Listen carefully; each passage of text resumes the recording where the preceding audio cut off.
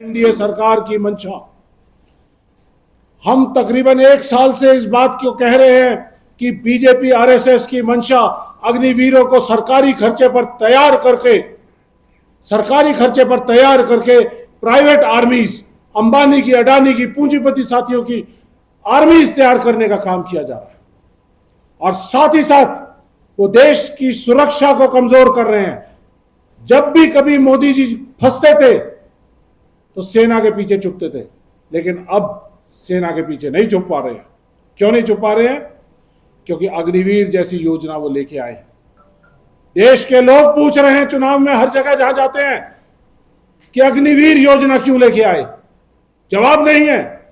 तो 4 दिन पहले उन्होंने अपने संकट मोचन के तौर पे अमित शाह जी को, राजनाथ सिंह जी को, उनको इंटरव्यू देने के लिए कहा और इंटरव्यू आपने सुनी।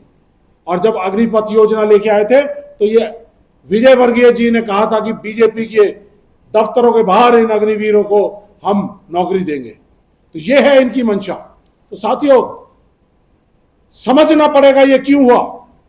पहली बात, बीजेपी आरएसएस तानाशाही की सरकार है, तानाशाही की विचारधारा है जो देश पर थोपी जा रही है और इस तानाशाही विचारधारा को पूरा करने के लिए सिर्फ उनके रास्ते का रोड़ा भारतीय सेना है, जो सिर्फ भारत की डेमोक्रेसी, प्रजातंत्र और लोकतंत्र के लिए खड़ी हुई है और पूरी तरह से अराजनैतिक फौज है हमारी। और सिर्फ सुप्रीम कमांडर राष्ट्रपति जी उनके आदेशों के ऊपर काम करती है। यह किसी भी सरकार की बपौती नहीं है भारतीय सेना। बीच में कुछ आवाजें आई थी कि मोदी की सेना, यह मोदी की सेना नहीं है, यह भारतवर्ष के एक एक नागरिक की सेना है साथियों, आपकी सेना है, देश की सुरक्षा के लिए। तो साथियों, ये आर्टिकल 32, 54 और 72 ये हमारे देश की सेना को अधिकार देता है कि जब कभी भी देश के प्रजातंत्र, लोकतंत्र के ऊपर खतरा होगा तो उस खतरे को बचाने के लिए सुप्रीम कमांडर राष्ट्रपति जी के ऑर्डर्स के तहत वो वापस डेमोक्रेसी, प्रजातंत्र और लोकतंत्र की बहाली करेंगे।